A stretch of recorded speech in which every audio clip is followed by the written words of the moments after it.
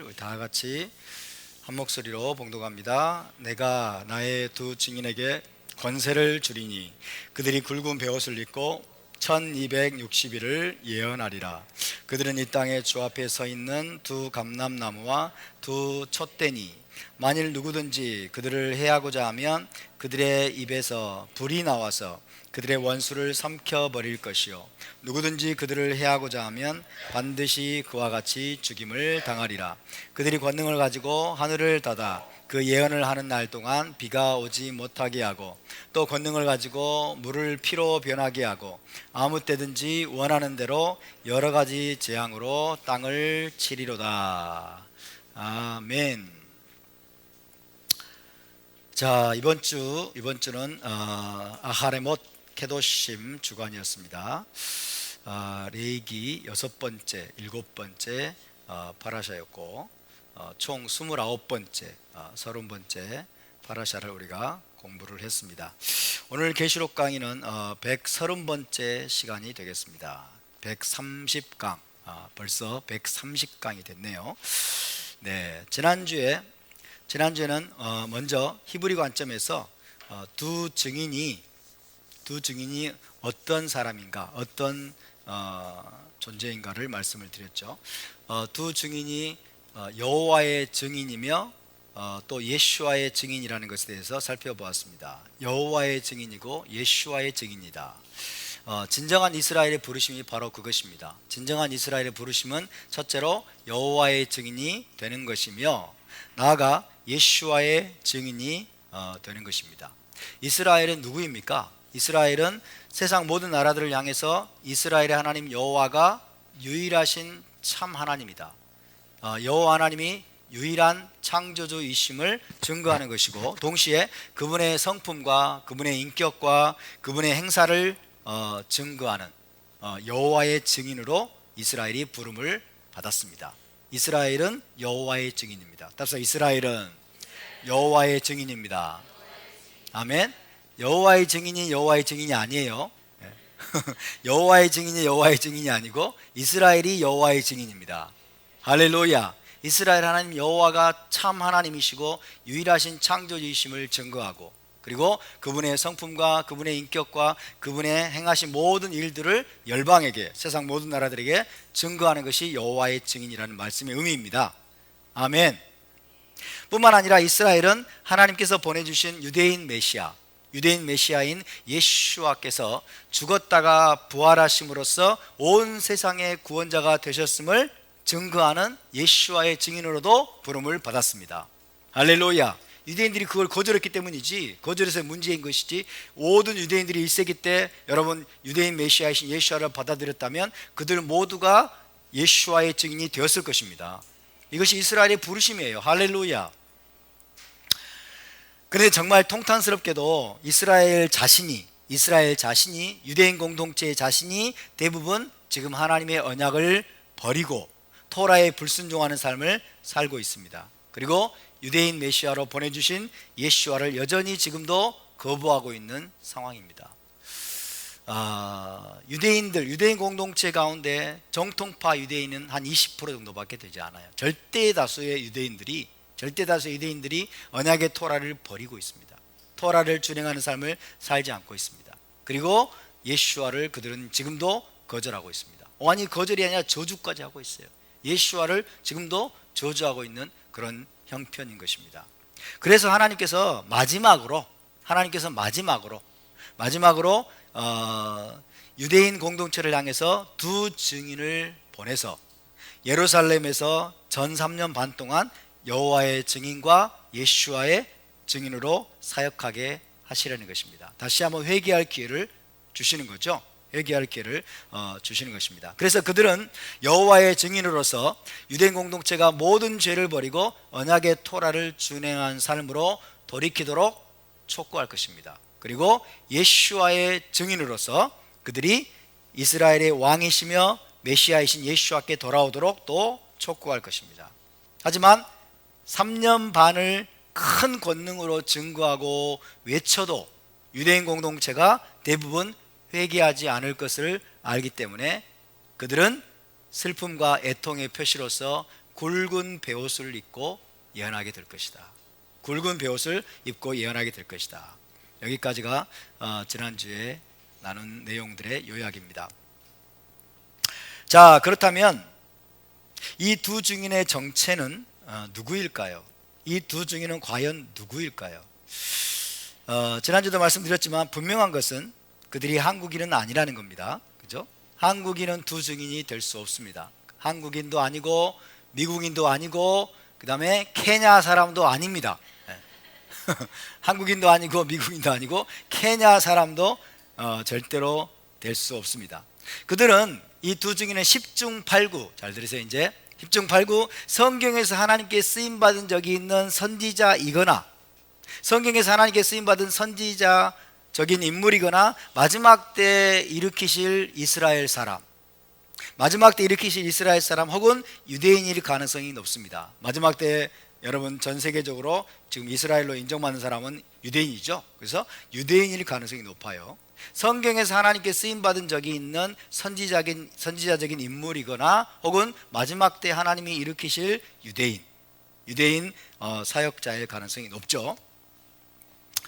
한마디로 말하면 예루살렘에 거주하는 유대인들이 하나님의 사람이라고 확실히 인정할 만한 사람들일 거라는 얘기입니다. 예루살렘에 거하는 유대인들이 저 사람들은 하나님의 사람이다 라고 인정할 만한 사람들을 하나님이 보내실 것이다. 성경의 인물도 아니고 이스라엘 사람도 아니고 유대인도 아닌 이방인이 예루살렘을 향해서 회개하라고 외친다면 그 소리에 귀를 기울 유대인이 몇 명이나 될까요? 유대인은 아마 코웃음을 칠 겁니다. 그죠? 성경의 인물도 아니고 유대인도 아닌 사람이 이방인 주제에 감히 예루살렘에 가가지고 유대인을 향해서 회개하라고 여러분 외친다면 그것을 인정할 만한 유대인은 거의 없을 겁니다. 유대인들은 그 소리에 전혀 귀를 기울이지 않을 것입니다. 따라서 하나님은 예루살렘에 거주하는 유대인이 쉽게 납득할 만하고 인정할 만한 선지자를 보내실 겁니다. 동의하십니까? 유대인들이 보기에 저 사람은 정말 하나님이 세우신 선지자구나, 그죠? 하나님의 사람이구나 라고 인정할 만한 사람을 보내서 두 증인으로서 유대인들을 향해서 회개하라고 여호와의 증인으로 예수와의 증인으로 사역하게 하실 거라는 얘기입니다. 이해되시면 아멘. 바로 그들이 두 증인입니다. 그렇기 때문에 한국이나 미국이나 유럽이나 케냐 등에서 두 증인으로 자처하는 사람이 나타났다면 두 번 볼 것도 없이 싸그리 무시하시기 바랍니다. 아멘. 이방인으로서 두 증인이라고 자처하는 사람이 나타나면 그냥 무시하세요. 그냥 들어볼 것도 없습니다. 두 증인은 그런 존재가 아닌 것입니다. 자, 그러면 본격적으로 두 증인의 정체에 대해서 살펴보도록 하겠습니다. 자, 두 증인이 누구냐? 제가 단정적으로 다 말씀드릴 수 없기 때문에 첫 번째로 두 증인은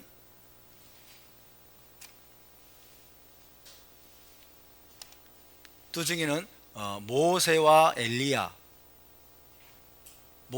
엘리야일 것이다 라는 해석입니다. 모세와 엘리야일 것이다.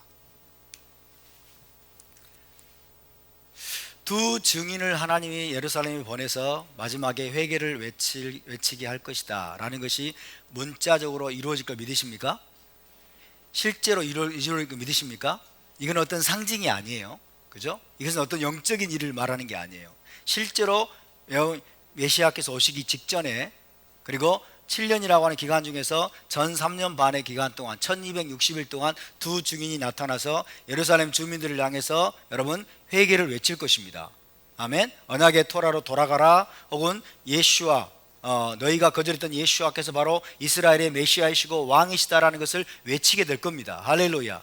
이것을 우리가 실제로 이루어질 일이라는 것을 인정하고 날 때 우리가 이것을 제대로 해석할 수 있는 기반이 마련이 되는 거예요. 이게 실제임을 인정하지 않으면 이건 오리무중이 됩니다. 오리무중, 아무것도 우리가 진전이 될 수가 없어요. 자, 첫 번째 가능성 있는 해석은 이 두 증인은 모세와 엘리야일 것이다 라는 해석입니다. 모세와 엘리야. 여러분 어떻게 생각하십니까? 모세와 엘리야일 것이다 라는 해석은 왜 가능성이 있느냐? 자, 모세는 토라를 대표하죠. 모세는 토라를 기록한 사람으로서 토라를 대표하고, 엘리야는 뭐예요? 선지자들을 대표하죠. 그죠? 그래서 모세는 토라, 엘리야는 네비임, 엘리야는 선지자들을 대표합니다. 토라와 선지서, 그죠? 토라와 선지서를 대표하는 두 사람이 있다면 모세와 엘리야일 겁니다. 모세와 엘리야. 토라와 선지자들의 증언 자체가 사실은 다 언약을 이야기하는 거죠. 언약을 준행할 것을 말씀하고 있습니다. 그래서 이 모세는 토라를 대표하는 사람으로, 엘리야는 선지자의 대표로서 그 두 증인이 나타나 가지고 하나님과 맺은 언약으로 돌아갈 것을 촉구하는 동시에, 그 두 증인이 예수아가 바로 하나님이 보내신 이스라엘의 메시아이심을 증거하게 될 것이라고 해석할 수 있습니다. 자, 그 근거로서 모세와 엘리야가 1세기 때 두 증인으로 제자들 앞에 나타났어요. 모세와 엘리야가 1세기 때 두 증인으로서 제자들 앞에 나타나 가지고 예수아가 메시아이심을 증거한 사건이 있습니다. 그 사건이 바로 신약 성경에 기록이 되어 있죠. 마태복음으로 가볼까요? 모세와 엘리야가 나타났어요. 예수아가 이스라엘의 메시아이심을 마치 증거해 주기라도 하듯이 모세와 엘리야가 제자들 앞에 나타난 사건. 마태복음 17장 1절에서 4절을 보겠습니다. 마태복음 17장 1절에서 4절.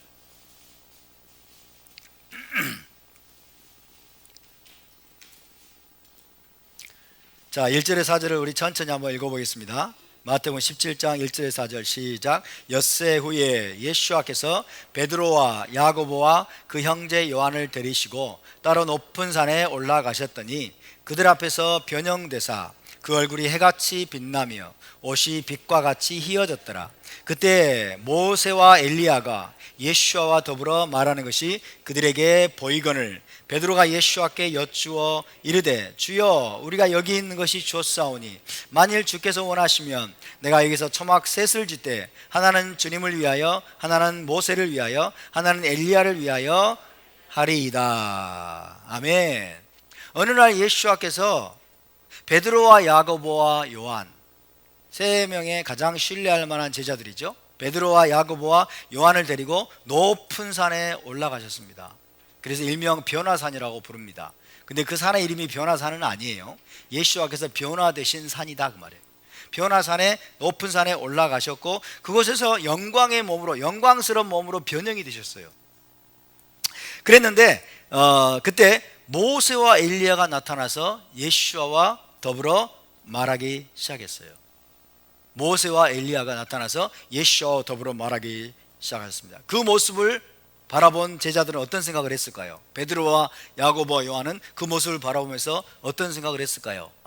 모세와 엘리야가 인정하는 메시아가 우리 주님 예수하시구나 라는 그런 이미지를 가졌을 겁니다. 맞습니까? 마치 그러니까 모세와 엘리야가 예수아가 메시아이심을 인정하기로 하듯이 증거해 주듯이, 그죠? 제자들 앞에서 증거라도 하는 듯이 나타나 가지고 예수와 더불어 말하기 시작하셨어요. 그래서 토라와 선지서의 대표들로서 제자들에게 예수와께서 하나님이 보내신 참 메시아시라는 것을 증거하는 두 증인의 역할을 이 모세와 엘리야가 했다라고 우리가 이야기할 수 있겠습니다. 모세와 엘리야가 마치 두 증인처럼 나타나서 너희가 지금 따르고 있는 너희의 랍비 예수아가 토라와 선지서에서 증거했던 바로 그 메시아다 라는 것을 이 두 증인과 같은 모세와 엘리야가 그것을 증거했다라고 이야기할 수 있겠습니다. 할렐루야. 이처럼 모세와 엘리야가 예수와의 초림 때 베드로와 야고보와 요한에게 예수와를 증거하는 두 증인의 역할을 했기 때문에 그분의 재림 때에도 모세와 엘리야가 또다시 나타나서 두 증인의 역할을 할 것이다 라고 해석할 수도 있습니다. 이해되십니까? 네. 초림 때에도 모세와 엘리야가 예수와의 메시아 되심을 제자들 앞에서 증거했던 것처럼 재림 때에도 모세와 엘리야가 다시 나타나서 예수와가 이스라엘의 메시아이심을 증거할 것이다 라고 우리가 해석할 수가 있다는 얘기입니다. 그런데 이런 해석에는 약간의 문제가 있어요. 약간의 문제가 있습니다. 자, 보세요. 어떤 문제가 있을까요? 1세기 때 모세와 엘리야가 나타나서 예수와 이야기하면서 토라와 선지서의 예언대로 오신 바로 그 메시아가 예수와이시다 라는 것을 제자들 앞에서 증거해 주었던 이런 사건은 실제로 모세와 엘리야가 나타난 게 아니고 예언적인 환상 가운데 나타난 거예요. 예언적인 그냥 체험 가운데 나타난 거예요. 이해되시죠? 예언적인 사건이라고 말이에요. 예언적인 체험 가운데 높은 산에서 그냥 3명의 제자들만 볼 수 있도록 예언적인 체험 가운데서 나타난 사건이지 그들이 실제로 나타난 사건은 아니에요. 이해되십니까? 실제로 나타난 사건은 아니란 얘기예요. 그런데 계시록 11장의 사건은 예루살렘 성 전체를 향해서, 예루살렘 성 거주민 전체를 향해서 실제로 여호와의 증인 예수와의 증인으로서 회개를 외치게 될 사건입니다. 다시 말하면 이 두 증인이 실제로 나타나는 사건이에요. 실제로 땅을 걸어다니면서 사람들을 만나고 사람들과 대화하고 사람들에게 외치고 회개를 촉구하고 그렇게 실제로 이루어질 사건이에요. 이해되십니까? 그러니까 1세기 때 여러분 변화산에서 모세와 엘리야가 나타난 그 예언적인 체험 가운데 나타난 사건이 그대로 계시록에서 또다시 이루어지는 것은 아니란 얘기예요. 오케이입니까? 예언적인 체험 가운데에서는 여러분 모세와 엘리야가 나타날 수 있어요. 예언적인 체험 가운데서는. 그런데 실제로 나타나려면 어때요? 엘리야는 가능합니다. 엘리야는 죽지 않고 하늘로 곧바로 승천했어요. 왜 하늘로 승천했다라고 이해할 수 있을까요? 마지막 때 다시 나타나기 위해서 죽지 않고 하늘로 승천했기 때문에 엘리야는 마지막 때 두 증인 중에 한 사람으로 다시 나타날 수 있다라고 우리가 그렇게 생각할 수는 있습니다. 그런데 모세는 어떻습니까? 모세는 죽었습니까? 안 죽었습니까? 죽었어요? 안 죽었어요? 실제로 죽었어요? 그 무덤을 아는 자가 없는데 죽었어요? 모세가 죽었어요. 모세가 죽었다면 여러분 모세가 실제로 모압 땅에서 죽었다면 부활의 때도 안 됐는데 모세가 다시 살아나가지고 실제 육체를 가지고 다시 나타나서 두 증인의 역할을 할 수 있으리라는 가능성은 가능할까요? 불가능할까요? 불가능할까요? 네? 가능하다라고 생각하시는 분. 부활의 때가 아직 안 됐어요. 부활의 때는 메시아께서 오실 때의 부활의 때가 되는 거예요. 불가능하다라고 생각하시는 분. 그럼 가능성이 낮죠? 가능성이 낮아요. 근데 유대인들의 일부 해석은 모세가 사실은 죽은 것이 아니다. 그 무덤을 지금 아는 자가 없잖아요. 그러니까 모세가 사실은 죽은 것이 아니기 때문에 모세가 마지막에 나타날 것이다 라고 주장하는 일부 유대인들도 있어요. 그러나 토라가 뭐라고 말씀하느냐, 모세가 과연 죽었느냐 안 죽었느냐 한번 찾아보겠습니다. 모세가 죽었는지 안 죽었는지. 우리는 기록된 토라가 항상 우선이기 때문에 자, 모세가 정말로 죽었는지 안 죽었는지 봅시다. 신명기로 가봅시다. 신명기 34장 5절에서 6절입니다. 신명기 34장 5절에서 6절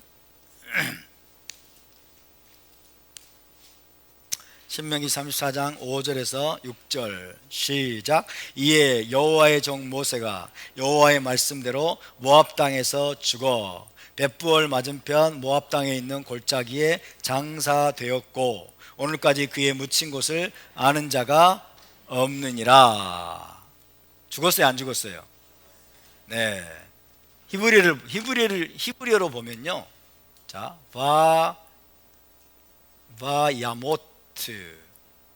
바야모트 샴 모셰,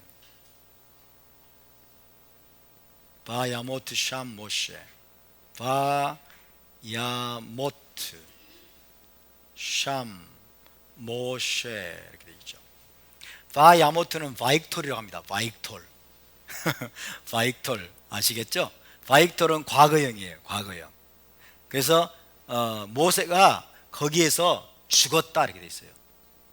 모세가 거기에서 죽었다. 바야모트 샴. 그다음에 또 어디 바이크보르 오토 이렇게 돼 있어요. 바이크보르.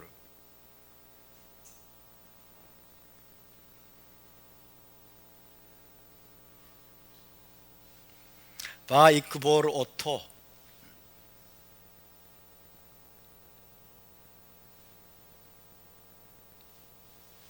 바이크보르 오토. 카바르는 장사하다 이런 뜻이에요. 그죠? 바이크보르, 그가 장사했다 그 말이에요. 그가 묻었다, 장사했다. 오토, 그를. 그가는 누구예요? 여호와께서, 하나님께서. 여기 보니까 골짜기에 장사되었고 이렇게 번역을 안 했죠? 벳부얼 맞은편 모압 땅에 있는 골짜기에 장사되었고 라고 번역을 해놔가지고 누가 장사 지낸 주체가 흐려져 버렸어요, 우리말 성경에서. 근데 히브리어 성경은 분명합니다. 그죠?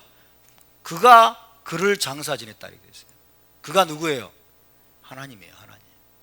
하나님이 직친이 모세를 장사 지낸 거예요. 근데 그의 무덤을 아는 자가 없더라. 하나님이 직접 했기 때문에. 할렐루야. 그러니까 하나님은, 여러분, 하나님은 죽은 자를 장사 지내주시는 아주 인자와 자비가 풍성하신 분이시다. 유대 랍비들이 이렇게 설명을 하죠. 바이크보르 오토. 이것도 역시 바이크톨령입니다. 그렇죠? 그러니까 분명히 죽었어요. 모세는 죽었다. 따라서 모세는 죽었습니다. 모세는 죽었습니다. 하나님께서 직접 장사 지내셨습니다. 하나님이 직접 장사 지냈어요. 이것이 토라가 증거하고 있는 거예요. 토라가 지금 말씀하고 있는 거예요. 그죠? 엘리야는 여러분 불수레를 타고 하늘로 승천해서 사라졌어요. 엘리야는 죽었어요, 안 죽었어요? 엘리야는 안 죽었습니다. 그렇기 때문에 유대적인 믿음은 뭐예요? 엘리야가 마지막 때에 메시아 앞에 와가지고 메시아의 길을 예비할 것이라는 게 대대로 유대적인 믿음이었어요. 지금도 유대는 그렇게 믿고 있습니다. 엘리야가 나타날 것이다. 그런데 모세에 대해서는, 모세는 분명히 모압 땅에서 죽었고 하나님이 그를 친히 장사 지내셨어요. 그런데 그의 무덤을 아는 자가 다만 없을 뿐이에요. 자, 부활의 때가 안 됐어요. 부활의 때라는 것은 메시아가 오실 때의 부활의 때예요. 그죠? 부활의 때도 안 됐는데 메시아보다 먼저 모세가 부활해가지고 여러분 두 증인 중에 한 사람으로 나타날 수 있다? 그런 가능성은 굉장히 희박하죠. 물론 하나님이 능치 못함이 없기 때문에, 하나님 능치 못함이 없기 때문에 그렇게 하실 가능성도 전혀 우리가 배제할 수는 없어요. 그러나 일반적인 우리가 상식을 동원한다면 모세가 두 증인의 일부로 한 사람으로 나타날 가능성은 굉장히 낮다고 말할 수 있어요. 동의하시면 아멘.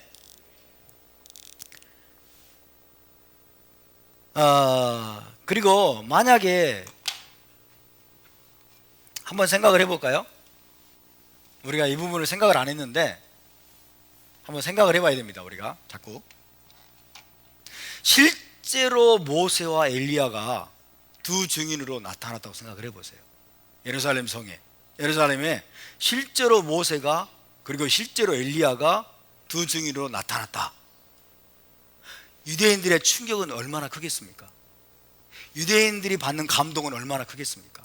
모세가 누구예요? 유대인들 사이에서 선지자 중에 선지자잖아요. 그죠? 모세 라베누. 그죠? 유대인들이 가장, 여러분, 하나님 다음으로 가장 높이고 추앙하는 선지자가 있다면 누굴까요? 모세예요. 모세. 그죠? 가장 흠모하는 선지자, 위대한 선지자가 있다면 모세예요. 그리고 다음으로 또 흠모하는 선지자가 있다면 아마 엘리야겠죠. 엘리야는 타나크 선지자들의 대표라고 할 수 있어요. 그죠? 모세와 엘리야가 실제로 나타나 가지고 회개하라고 외치면 회개하지 않을 유대인이 누굴까요? 한번 생각해 보세요. 회개하지 않을 유대인이 누굴까요? 다들 죄를 무릅쓰고 죄를 뒤집어 쓰고 아마 회개하려고 난리를 칠 거예요. 가슴을 치면서.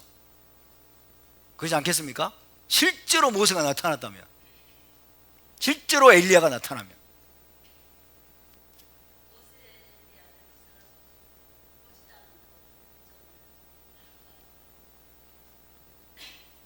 여러 가지 이제 증거가 있겠죠. 거기 보면 모세와 엘리야가 행하는 기적들이 나오잖아요. 그죠? 그러니까 모세와 엘리야를 보지는 않았지만 봐서, 예를 들어서 내가 바로 모세다라고 말할 수도 있잖아요. 내가 바로 모세고 내가 바로 엘리야고. 그죠? 하늘에서 승천해서 올라갔던 엘리야가 직접 나타나면 사람들이 모를까요? 알 수 있겠죠. 그죠? 어쨌든 중요한 것은 그건 나중 문제고, 실제 모세와 엘리야가 나타나면 아마 대부분의 사람들이 회개할 가능성이 높습니다. 근데 11장 이제 후반부를 보면은 대부분은 회개하지 않아요. 대부분은 이 두 선지자를 괴로워합니다. 이 두 선지자를 부담스러워하죠. 자기들을 괴롭게 하니까, 회개하라고 막 괴롭게 하니까 부담스러워요.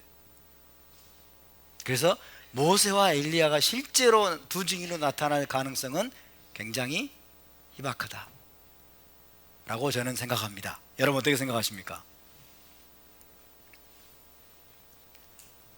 동의하든지 안 하든지 여러분 자유예요. 여러분에게 강요하지는 않겠습니다. 어쨌든 11장 뒷부분을 보면 애석하게도 예루살렘 거주민들은 대부분 두 증인을 배척하고 회개하지 않을 것임을 암시하고 있습니다. 그래서 실제 모세와 엘리야가 두 증인으로 나타나서 유대인 공동체를 향해서 회개를 외치고 예언하리라고는 상상하기가 어려운 것이 사실입니다. 두 번째, 그러면 두 증인은 누구냐? 두 번째 가능성, 두 번째 가능한 해석은 에녹과 엘리야입니다. 에녹과 엘리야. 자, 모든 가능성을 우리가 이야기해야 됩니다. 모든 가능성을 우리가 검토해 보아야 돼요. 에녹과 엘리야, 두 증인이 에녹과 엘리야다라는 해석이 가능합니다. 자, 히브리서 9장 27절을 보면 이런 말씀이 있어요. 한 번 죽는 것은 사람에게 정해진 것이요 그 후에는 심판이 있으리니. 한 번 죽는 것은 사람에게 정해진 것이요 그 후에는 심판이 있으리니. 동의하십니까? 모든 사람은 죽습니다. 맞습니까? 모든 사람은 죽습니다. 죽게 되어 있습니다. 모든 사람은 죄로 인해서 부패한 존재이기 때문에 이 육신의 몸은 부패한 존재예요. 그래서 모든 사람은 한 번은 죽어야 돼요. 동의하십니까? 안 죽어도 될 만한 사람이 세상에 있을까요? 없을까요? 안 죽어도 될 만한 사람은 세상에 없습니다. 한 번 죽는 것은 사람에게 하나님이 정하셨어요. 정해진 거예요. 그리고 죽은 다음에는 심판이 기다리고 있다라는 말씀이죠. 그 말씀처럼 이 땅에 태어난 모든 사람이 자신의 수명을 누린 후에 때가 되어서 죽음으로 다 돌아갔습니다. 하지만 죽음을 경험하지 않은 단 두 사람이 성경에 나옵니다. 죽음을 맛보지 않은 단 두 사람이 있는데 그들이 바로 에녹과 엘리야입니다. 에녹과 엘리야는 죽음을 경험하지 않은 단 두 명의 사람입니다. 다른 사람 또 있나요? 성경 이외에 기록된 기록은 믿지 마세요. 성경에 보면 죽음을 맛보지 않은 단 두 사람이 나옵니다. 딱 두 사람이 나오는데 그들이 바로 에녹과 엘리야입니다. 자, 창세기 5장으로 가봅시다. 창세기 5장 21절 24절. 정말 그런지 에녹에 대해서 하나님이 뭐라고 말씀하셨는지를 우리가 한번 면밀하게 고찰을 해보겠습니다. 창세기 5장 21절에서 24절까지 5장 21절에서 24절. 자, 천천히 한번 읽어보겠습니다. 시작. 에녹은 65세에 무드셀라를 낳았고 무드셀라를 낳은 후 300년을 하나님과 동행하며 자녀들을 낳았으며 그는 365세를 살았더라. 에녹이 하나님과 동행하더니 하나님이 그를 데려가심으로 세상에 있지 아니하였더라. 여기 기록된 말씀대로 에녹은 365세에 하나님에 의해서 데려감을 당했어요. 데려감을 당했고 이 땅에서 죽음을 경험한 적이 없습니다. 죽지 않았습니다. 살아있는 그대로 하늘로 들려 올라갔어요. 하나님이 데려가셨어요. 어디로 데려가셨을까요? 어디로 데려가셨을까요? 네? 낙원으로, 그렇죠? 하늘로, 하나님 자신에게로 살아있는 채 낙원으로 데려가셨겠죠. 하늘로 하나님이 데려가셨어요. 낙원 이외에 다른 곳에 있을 가능성 혹시 아시는 분? 하나님이 산채로 데리고 와가지고 음부에 떨어뜨렸을 것이다. 불못에 떨어뜨렸을 것이다. 생각하십니까? 음부 아니면 낙원이겠죠. 음부 아니면 낙원인데 어디로 갔을까요? 낙원으로 갔겠죠? 낙원에 있을 거예요 지금. 낙원에. 근데 죽음을 맛보지 않았어요. 와, 이런 일이 가능한가? 상식적으로는 불가능하지만 하나님이 딱 2번 그 일을 행하셨어요. 딱 2번. 목적이 있겠죠? 이유가 있겠죠? 그렇지 않겠습니까? 그래서 여러분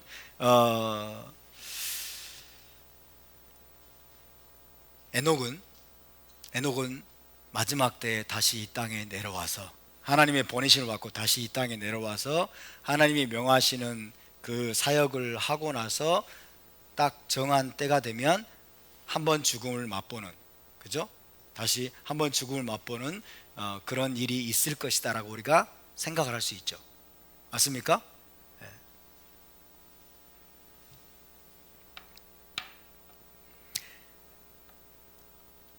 에녹이 마지막에 나타나서 증인의 역할을 수행하고 죽임을 당하게 될 것이라는 해석은 그래서 설득력이 있다고 할 수 있습니다. 더군다나 유다서에 보면 에녹은 하나님의 선지자였다는 것을 알 수가 있습니다. 유다서를 봅시다. 에녹이 하나님의 선지자였다는 것을 우리가 알 수가 있어요. 유다서 1장 14절에서 15절을 보겠습니다. 유다서 14절 15절. 유다서는 장이 한 개밖에 없죠. 유다서 14절 15절. 1장 14절 15절. 14절 15절 함께 있습니다. 시작. 아담의 7대 손 에녹이 이 사람들에 대하여도 예언하여 이르되 보라 주께서 그 수만의 거룩한 자와 함께 임하셨나니 이는 무사람을 심판하사 모든 경건하지 않은 자가 경건하지 않게 행한 모든 경건하지 않은 일과 또 경건하지 않은 죄인들이 주를 거슬러 한 모든 완악한 말로 말미암아 그들을 정죄하려 하심이라 하였느니라. 아멘. 에녹의 예언에 대해서 기록하고 있어요. 아담의 7대 손 에녹이 이 사람들에 대하여도 예언하여 이르되, 에녹이 예언했다고 되어 있어요. 에녹이 예언한 내용이 타나크 어디에 나옵니까? 에녹이 예언한 내용이 타나크 어디에 나오죠? 구약 성경 어디에 나와요? 안 나옵니다. 안 나와요. 근데 유다는 아마 예슈아의 동생으로 알려져 있는데, 이 유다는 에녹이 아담의 7대손 에녹이 예언했다고 그랬어요. 경건하지 않은 악한 자들에 대해서 예언했다, prophesied라고 했어요. 무엇을 인용한 것일까요? 에녹서를 인용한 거예요. 에녹서. 자, 이 유다서가 성경에 들어갔어요. 그 유다의 이 기록이 성경에 들어갔기 때문에 이것은 사실로 여겨지겠죠. 그래서 에녹서를 인용한 거예요. 에녹서가 1세기 때는 상당히 신빙성 있는 그리고 영감 있는 책으로 받아들여졌어요. 근데 어느 중간에 이제 시간이 지나면서 에녹서가 성경에서 배제가 돼버린 거예요. 그러나 1세기 때는 유대인들이 전부 에녹서를 마치 타나크 비슷하게 영감 있는 그런 책으로 받아들이고 에녹서를 공부를 했다는 거예요. 거기 보면 에녹서에 보면은 에녹이 예언하는 내용이 나와요. 에녹이 예언하는 내용이 나와요. 그 말은 무슨 말이에요? 에녹이 선지자였다는 것입니다. 에녹이 선지자로 사야겠다는 것을 강하게 암시하는 그런 내용이라고 할 수가 있겠죠. 따라서 죽음을 맛보지 않은 에녹이 두 증인 중에 한 사람으로 나타나서 선지자로서, 자, 이 사람은 두 선지자라고 했어요. 선지자로서 예루살렘을 향해서 예언하다가 기한이 차면 죽임을 당할 것이다 라고 해석하는 것은 상당히 가능성이 높은 해석입니다. 자, 그러면 엘리야에 대해서도 한번 찾아봅시다. 엘리야는 어떻게 되었나? 열왕기하를 볼까요? 열왕기하 2장 11절. 엘리야에 대해서도 여러분이 어렴풋이 알고 계시겠지만 한번 찾아봅시다. 열왕기하 2장 11절.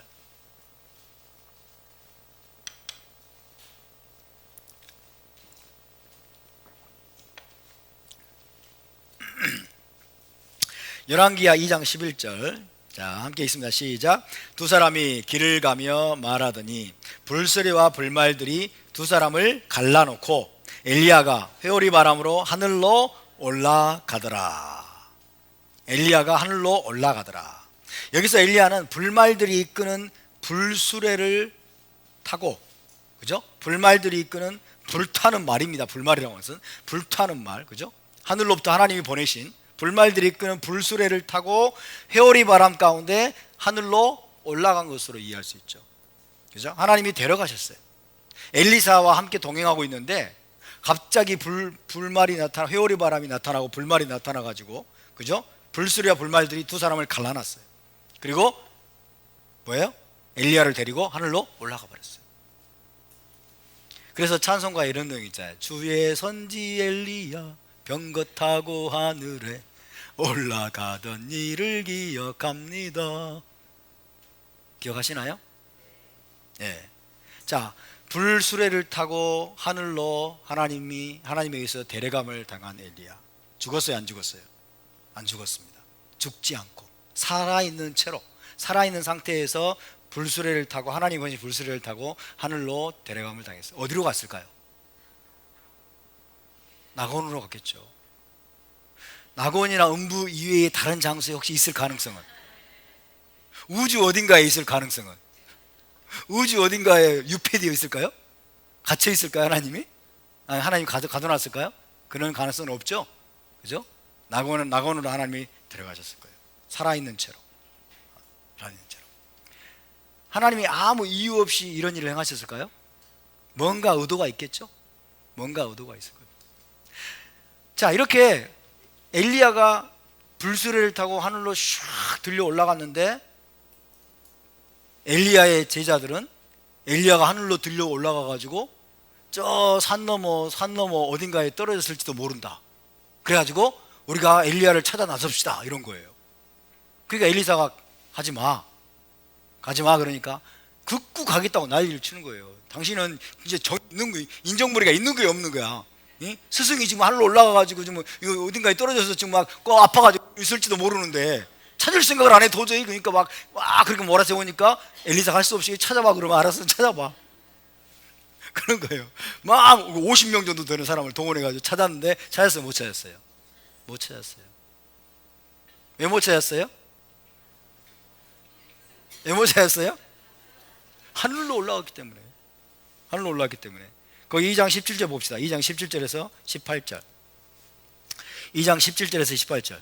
시작. 무리가 그로 부끄러워하도록 강청하며 보내라 한지라. 그들이 50명을 보냈더니 사흘 동안을 찾되 발견하지 못하고 엘리사가 여리고에 머무는 중에 무리가 그에게 돌아오니 엘리사가 그들에게 이르되 내가 가지 말라고 너에게 이르지 아니하였더냐 하였더라. 내가 가지 말라고 했잖아.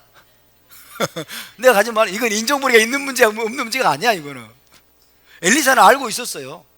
엘리사는 하나님께서 엘리야를 살아있는 채로 하늘로 데리고 가셨다는 사실을 알고 있었던 거예요. 그죠? 그러니까 하늘로 들려 올라갔다가 어딘가에 떨어지는 그런 차원이 아니라는 거예요. 그런 차원이 아니고 하나님이 직접 데려가셨다. 아멘? 왜 들어가셨을까요? 왜 들어가셨을까요? 마지막 때가 될 때까지 죽지 않도록 붙잡아 두셨다가 마지막 때에 메시아를 증거하도록 다시 보내시기 위해서 그렇게 하셨다는 해석이 가능합니다. 맞습니까? 실제로 하나님께서 그렇게 말씀하셨어요. 내가 마지막 때가 되면 선지자 엘리야를 보낼 것이다, 다시 보낼 것이라고 말씀하셨기 때문에 유대인들은 대대로 그렇게 믿어온 거예요. 말라기로 가봅시다. 말라기 4장. 말라기 4장 5절에서 6절. 한 분도 조는 분이 없네 오늘은. 재밌는 모양이야. 말라기 4장 5절에서 6절입니다.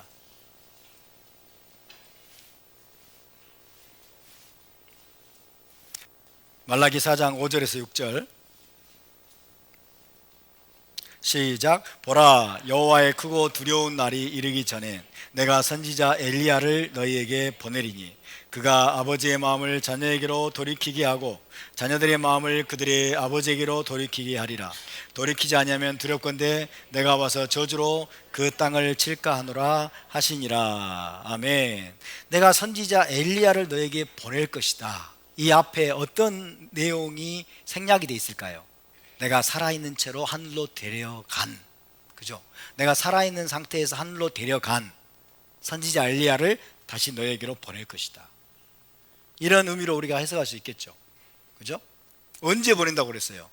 여호와의 크고 두려운 날이 이르기 전에. 여호와의 크고 두려운 날.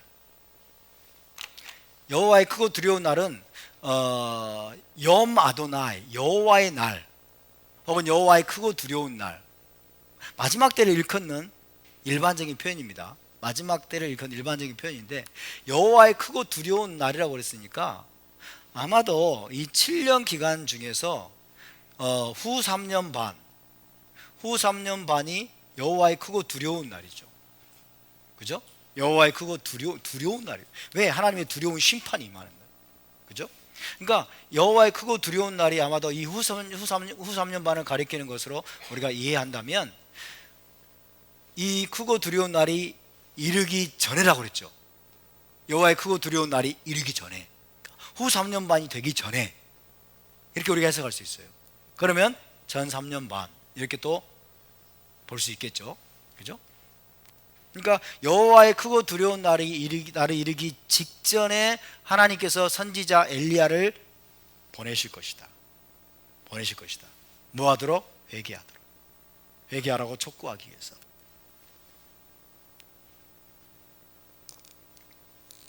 그렇기 때문에 대대로 유대인들은 메시아께서 오시기 직전에 엘리야가 먼저 와서 이스라엘 백성을 회개케 하면서 메시아의 길을 예비할 것이라고 믿었습니다. 따라서 우리는 메시아께서 오시기 직전에 엘리야가 두 증인 중에 하나로 나타나서 회개를 외치면서 메시아의 길을 예비하라고 해석할 수 있겠죠. 맞습니까? 자, 지금까지 살펴본 내용을 토대로 한다면 두 증인으로 나타날 선지자로서 가장 유력한 인물은 에녹과 엘리야가 아닐까 생각이 됩니다. 한번 죽는 것은 사람에게 정하신 것인데, 죽음을 맛보지 않고 하늘로 올라간 특별한 두 인물이 바로 에녹과 엘리야이기 때문입니다.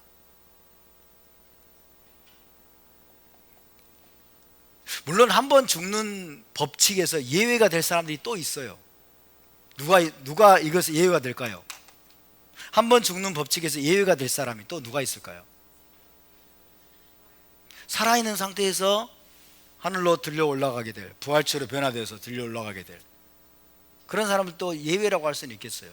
그러나 다시 한번 곰곰이 생각을 해보면 썩을 몸에서 썩지 아니할 몸으로 변화되는 거잖아요, 그죠? 썩을 몸이 썩지 아니할 몸으로 변화되는 것 자체가 죽음을 통과한 것이라고 우리가 또 이해할 수도 있죠. 맞습니까?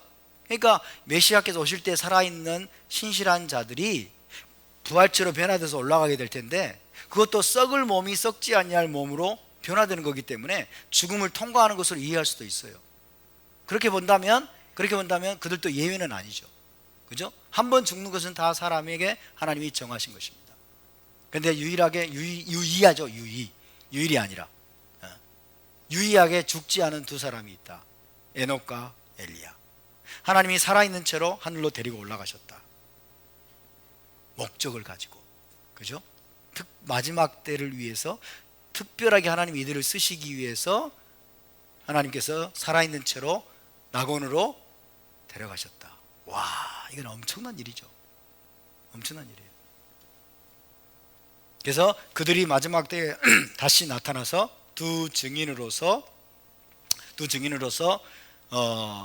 언약으로 돌아올 것을 촉구하고 예수와를 그들의 메시아로 영접할 것을 촉구하는 그 사역을 하다가 이제 때가 되면 죽임을 당할 수 있다. 죽임을 당할 것이라고 돼 있어요.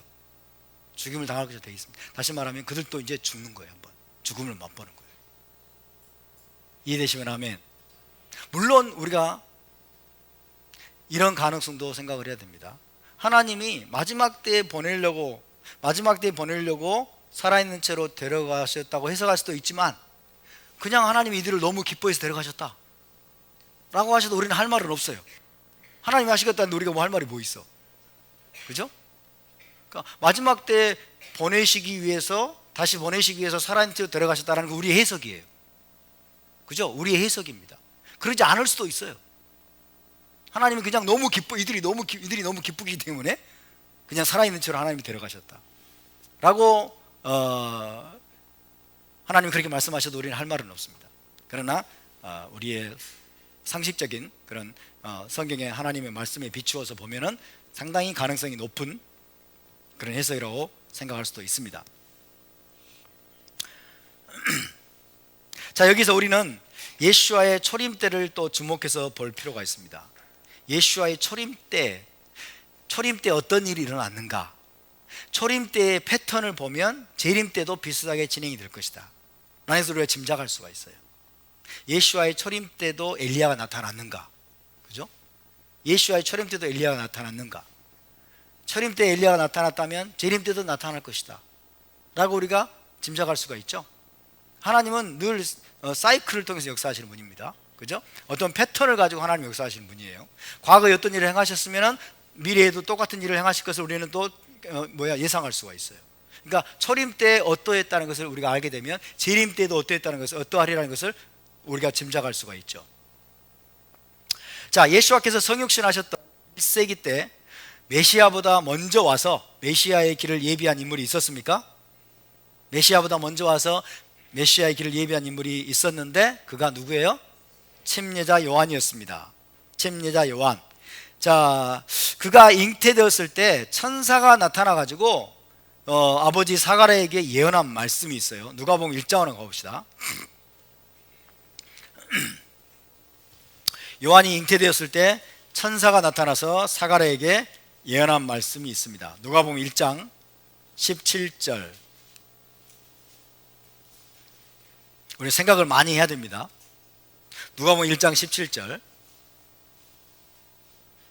함께 있습니다. 시작. 그가 또 엘리야의 심령과 능력으로 주 앞에 먼저 와서 아버지의 마음을 자식에게 거스르는 자를 의인의 슬기에 돌아오게 하고 주를 위하여 세운 백성을 준비하리라. 아멘. 그가 주 앞에 먼저 와서 아버지의 마음을 자식에게 거스르는 자를 의인의 슬기에 돌아오게 하고 주를 위하여 세운 백성을 준비하리라 라는 말씀은 타나크의 어떤 말씀을 생각나게 만듭니까? 말라기 4장 5절 6절 말씀 생각나게 만들죠? 그죠? 말라기 예언을 이루시는 하나님에 대해서 지금 천사가 이야기하고 있는 거예요. 그죠? 말라기의 예언대로 세례 요한이 그렇게 엘리야로 올 것이다는 걸 지금 이야기하고 있죠. 주 앞에 먼저 와서 아버지의 마음을 자식에게 거스르는 자를 의인의 슬기에 돌아오게 하고, 이거는 무슨 사역을 의미합니까? 회개의 사역을 의미합니다. 그죠? 그래서 침례자 요한이 나타나서 장차 회개를 외칠 것을 지금 이야기해 주고 있는 거예요. 회개의 사역을 하게 될 것이다. 그래서 이스라엘 백성을 회개케 함으로써 메시아의 오심을 준비시킬 것이라는 말씀이죠.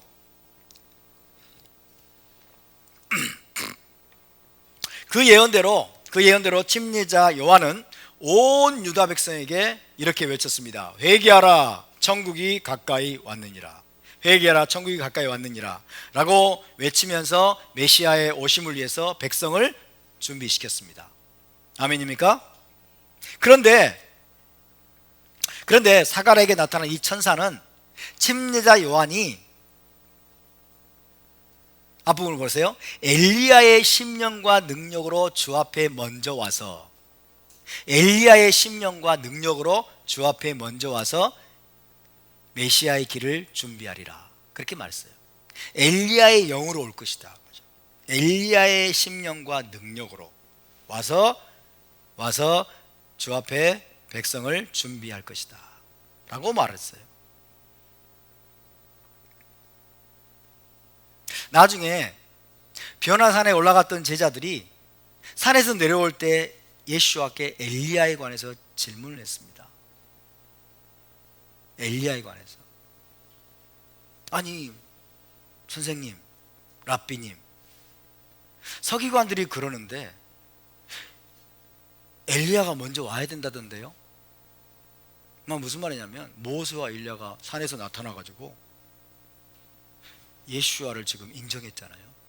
예수와가 메시아라는 사실을 마치 증거해 준 것처럼 보였잖아요.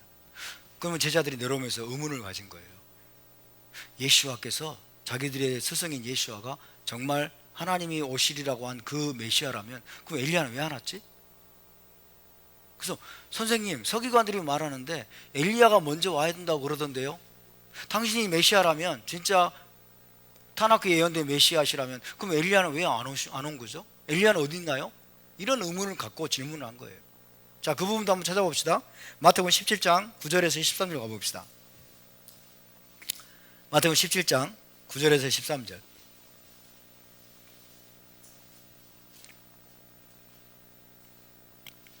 마태복음 17장 9절에서 13절을 천천히 한번 또 우리가 읽어보겠습니다. 시작. 그들이 산에서 내려올 때에 예수께서 명하여 이르시되 인자가 죽은 자 가운데서 살아나기 전에는 본 것을 아무에게도 이르지 말라 하시니, 제자들이 물어 이르되 그러면 어찌하여 서기관들이 엘리야가 먼저 와야 하리라 하나이까? 예수께서 대답하여 이르시되 엘리야가 과연 먼저 와서 모든 일을 회복하리라. 내가 너에게 말하노니 엘리야가 이미 왔으되 사람들이 알지 못하고 임의로 대우하였도다. 인자도 이와 같이 그들에게 고난을 받으리라 하시니, 그제서야 제자들이 예수께서 말씀하신 것이 세례 요한인 줄을 깨달으니라.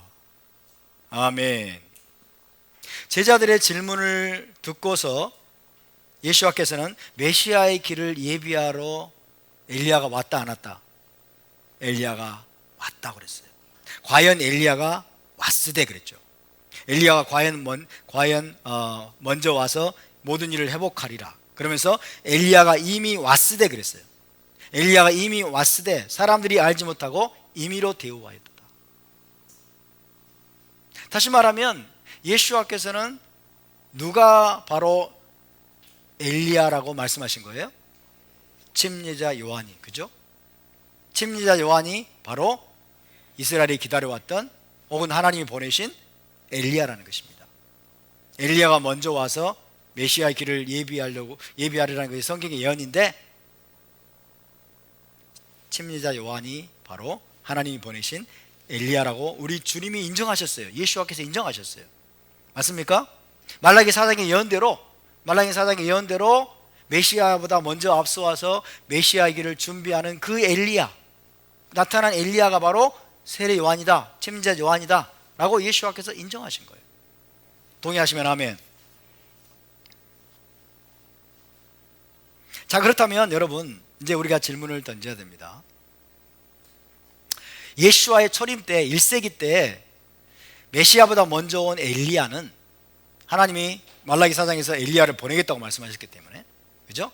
메시아보다 먼저 온 1세기의 그 엘리야는 실제 엘리야였습니까? 아니면 다른 사람이었습니까? 다른 사람이었죠. 실제 엘리야였어요? 아니죠. 엘리야의 심령과 능력으로 온 다른 선지자였어요. 그죠? 엘리야의 심령과 능력으로 온, 다시 말하면 엘리야의 영으로, 엘리야에게 주어진 권능으로 사역하는 다른 선지자가 엘리야와 같은 사역을 한 것입니다. 엘리야와 같은 사역을 한 것이에요. 실제 엘리야가 아니에요. 이해되십니까? 초림 때, 예수와의 초림 때 우리 주님이 엘리야라고 인정했던, 엘리야가 이미 왔으되 그랬어요. 엘리야라고 인정했던 그 침례자 요한은 실제 엘리야가 아니에요. 다만 엘리야의 영으로, 엘리야의 심령과 능력으로 와서 엘리야와 같은 사역을 한 다른 선지자였어요. 이해되십니까? 이게 초림 때에 있었던 사건입니다. 그렇다면 재림 때로 가봅시다. 재림 때, 이제 예수와의 재림 때. 예수와의 재림 때에도 여러분 예수와보다 엘리야가 먼저 올 걸 믿으십니까? 엘리야가 먼저 나타나서 메시아의 길을 예비할 걸 믿으십니까? 그러면 초림 때 실제 엘리야가 나타났어요? 아니죠. 그럼 재림 때에도 실제 엘리야가 나타날 것이라고 생각할 수 있을까요? 어떻게 생각하세요? 하나님은 일하시는 패턴이 있어요. 그죠? 일하시는 패턴이 하나님은 반복됩니다. 반복돼요. 1세기 때 실제 엘리야가 나타나는 것이 아니고 엘리야의 심령과 능력으로 온 다른 선지자가 엘리야와 같은 사역을 했던 것처럼 마지막 때에도 실제 엘리야가 아니라 엘리야의 심령과 능력으로 온 다른 선지자가 두 증인의 한 사람으로서 다른 선지자가 와서 엘리야와 같은 사역을 회개의 사역을 통해서 메시아의 길을 예비할 것이다 라고 우리가 생각할 수도 있죠. 맞습니까? 1세기 패턴이 그대로 재림 때에도 동일하게 들어맞는다면 그렇지 않습니까? 그러나 또 다른 가능성을 생각할 수도 있어요. 또 다른 가능성. 예수와는 초림, 재림 두 번 오셨잖아요. 초림, 재림 두 번 오시잖아요. 근데 엘리야는 한 번만 죽어야 돼. 한 번만 죽어야 돼요. 그 엘리야는 두 번 올 수가 없잖아요. 실제 엘리야는. 그러니까 하나님의 경륜 가운데 엘리야가 실제로 나타나는 것은 재림 때를 위해서 하나님이 아껴두신 것이다. 초림 때는 엘리야의 심령과 능력을 가진 다른 선지자가 메시아보다 먼저 와서 메시아의 길을 예비하도록 하시고, 말라기 4장에서 내가 선지자 엘리야를 보낼 것이라는 그 예언은 재림 때를 위해서 하나님이 아껴두신 것이다. 그래서 초림 때는 엘리야의 영과 엘리야의 능력을 가진 다른 선지자를 보내셨다면 재림 때는 실제 엘리야를 보내서 메시아의 길을 예비하게 하실 것이다 라고 해석할 수도 있어요. 그렇지 않습니까? 엘리야는 한 번만 죽어야 되기 때문에 두 번 죽을 수 없잖아요. 그러니까 초림 때 재림 때 두 번 나타날 수가 없는 거예요. 두 번 나타날 수가 없기 때문에 초림 때는 엘리야의 심령과 능력을 가진 다른 선지자를 하나님 보내셨고, 마지막 때 재림 직전에는 실제 엘리야를, 이제 하늘로 데려가셨던 실제 엘리야를 통해서 보내셔가지고 이스라엘 백성들을 회개케 하고 그 다음에 때가 되면 죽임을 당하게 하실 것이다 라고 생각할 수도 있겠죠. 자, 이제 투표를 하겠습니다. 초림 때의 패턴대로 재림 때에도 엘리야의 심령과 능력을 가진 다른 선지자가 다른 선지자가 와서 메시아 길을 예비할 것 같습니다. 1번. 2번은 초림 때에는 하나님이 엘리야의 심령과 능력을 가진 다른 선지자, 침지자 요원을 보냈지만은 재림 때에는 하나님이 재림 때를 위해서 엘리야를 아껴두셨다가 실제 엘리야를 재림 때 하나님이 보내셔서 이스라엘 백성을, 유대인들을 회개하게 하실 것이다. 그래서 메시아의 길을 예비하게 하실 것이다. 2번. 자, 투표를 하겠습니다. 1번이라고 생각하시는 분 손 한번 들어보세요. 1번. 네, 내리시고. 2번이라고 생각하는 사람 손 들으세요. 2번이 될 것이다. 1번이 더 많네요. 네? 1번이 더 많네요. 답은 무엇일까요? 모릅니다. 생각하게 만드는 거예요. 제가 다 할 수 없어요.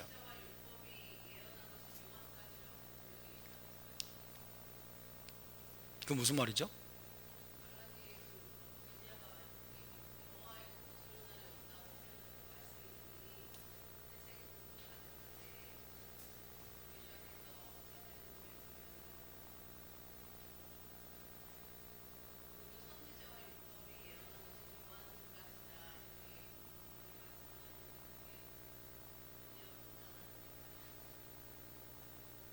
그 말하고 이거 지금하고 뭔 상관이 있죠? 상관이 있는 말인가요? 그거하고 이거하고는 별 상관이 없는 것 같은데. 엘리야가 온다라는 게 말이 안 되는 분이다, 안 된다. 네, 그건 집사님 생각이죠. 어느 쪽일까요? 모릅니다. 예언이 성취되기까지는 예언이 성취되기까지는 우리가 다 알 수 없어요. 그러나 우리가 가능성들을 생각하고 대비하면 돼요. 가능성을 생각하고, 그죠? 두 가지 가능성이 저는 다 가능성이 있다고 봅니다. 그러나 저는 심정적으로는 살짝 2번으로 기울려고 하는데 모르겠어요. 1번일 수도 있어요.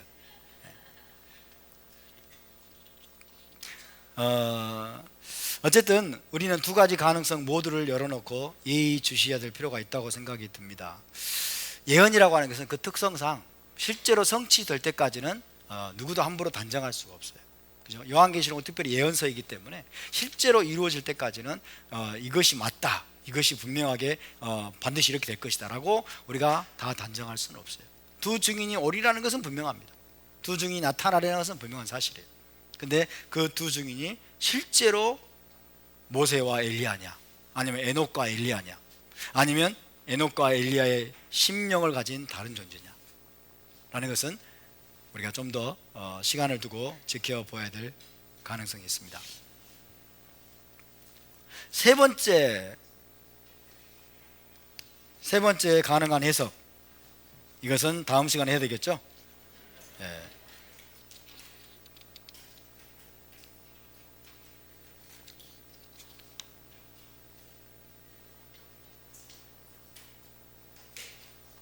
하여튼 재밌습니다. 예, 이 말씀이 너무 재밌고 또 다른 가능성이 있다면 저한테 알려주세요. 여러분 히브리 관점으로 또 다른 가능성들을 생각하고 계시다면 한번 나눠주시면 좋겠습니다. 자, 중요한 것은 우리가 그날을 위해서 준비하는 겁니다. 이제 그날이 빠른 속도로 지금 다가오고 있는 것 같아요. 마지막 때가 여호와의 크고 두려운 날이 빠른 속도로 다가오고 있고 엘리야가 나타날 혹은 두 증인이 나타날 때가 빠른 속도로 다가오고 있습니다. 하나님의 초점은 무엇입니까? 하나님의 마지막에 하나님이 정말 이루시기를 원하는 초점이 무엇입니까? 하나님의 백성 이스라엘이 언약의 토라로 돌아오고 그 다음에 이스라엘의 메시아이신 예수와께로 돌아오는 것이 하나님의 갈망이고 하나님의 초점입니다. 아멘. 그 일을 위해서 저와 여러분이 하나님과 동역할 수 있게 되기를 바라고, 저와 여러분이 이 두 가지를 놓치지 않기를 바랍니다. 이 두 가지가 이루어질 때 한 세 사람의 예언이 완성이 되는 거예요. 할렐루야. 자, 우리 함께 일어나서 기도하면서 오늘 마무리하도록 하겠습니다.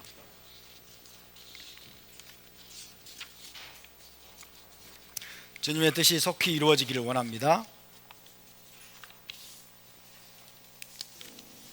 주님의 나라가 속히 있다.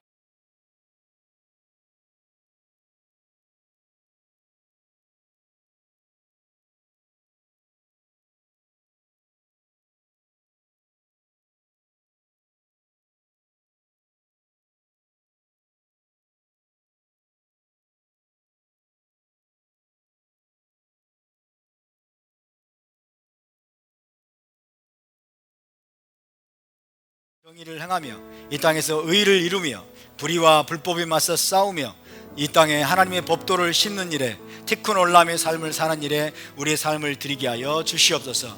주님, 하나님의 갈망인 당신의 백성 이스라엘이 언약의 토라로 돌아오고 또한 당신의 언약 공동체가 주 예수와께 돌아오는 그 일이 속히 이루어지게 도와주시옵소서. 그래서 다시는 아버지 세상이 파괴되지 아니하고 다시는 세상이 무너지지 아니하고 하나님이 온전히 통치하시는 그 나라가 속히 이루어지게 도와주시옵소서. 우리가 함께 기도합시다. 거룩하신 아버지, 감사와 찬양을 주께 올려드립니다. 너희는 먼저 그의 나라와 그의 의를 구하라. 그리하면 이 모든 것을 너희에게 더하시리라고 말씀하신 주님을 찬양합니다. 하나님 아버지, 우리가 남은 생애 동안에 하나님의 나라와 하나님의 의를 구하기를 원합니다. 주님의 나라가 이 땅에 속히 임하게 하여 주시옵소서. 메시아 왕국이 속히 이 땅에 임하게 하여 주시옵소서. 당신의 통치가 속히 이 땅에 임하게 하여 주시옵소서. 우리가 이 땅에서 하나님의 통치를 나타내는 일에 쓰임받기를 원합니다. 하나님의 공의와 정의가 이 땅에 실현되는 그 목적을 위해서 우리의 삶으로 주님 하나님의 공의를 행하고 정의를 행하고 하고 진실과 정직으로 행하며 아버지 마음 다하고 목숨을 다하고 힘을 다하여 하나님을 사랑할 뿐만 아니라 내 이웃을 내 몸과 같이 사랑하라고 하신 주의 말씀, 하나님의 명령과 규례와 법도를 우리가 지켜 행함으로 말미암아 거룩을 이루어 가기를 원합니다. 거룩의 명령을 이루는 거룩한 백성 이스라엘이 되게 하여 주시옵소서. 주님, 두 증인을 보내시겠다고 말씀하신 그 예언을 이루어 주시옵소서. 엘리야를 보내시겠다고 말씀하신 그 예언을 이루어 주시옵소서. 당신의 뜻을 이루어 주시옵소서. 당신의 아버지여 그 모든 예언이 다 성취가 되고 세상 나라가 하나님과 메시아의 나라가 되어서 세세토록 주께서 왕노릇 하시는 그 나라가 속히 임하게 하여 주시옵소서. 감사드리며 거룩하신 우리 주 예수와 마시아 그 이름으로 기도하옵나이다. 아멘. 제사장의 축복 기도로 마치겠습니다. 예바레케카 아도나이 베이시메레카 야엘 아도나이 바나벨레카 비후네카 이사 아도나이 바나벨레카 베야셈레카 샬롬. 여호와는 내게 복을 주시고 너를 지키시기를 원하며 여호와는 그의 얼굴을 내게 비치사 은혜 베푸시기를 원하며 여호와는 그 얼굴을 내게로 향하여 드사 평강 주시기를 원하노라. 베셈 예슈와 메시케이누 사르하 샬롬. 할렐루야. 우리 하나님께 영광의 박수를 드리겠습니다.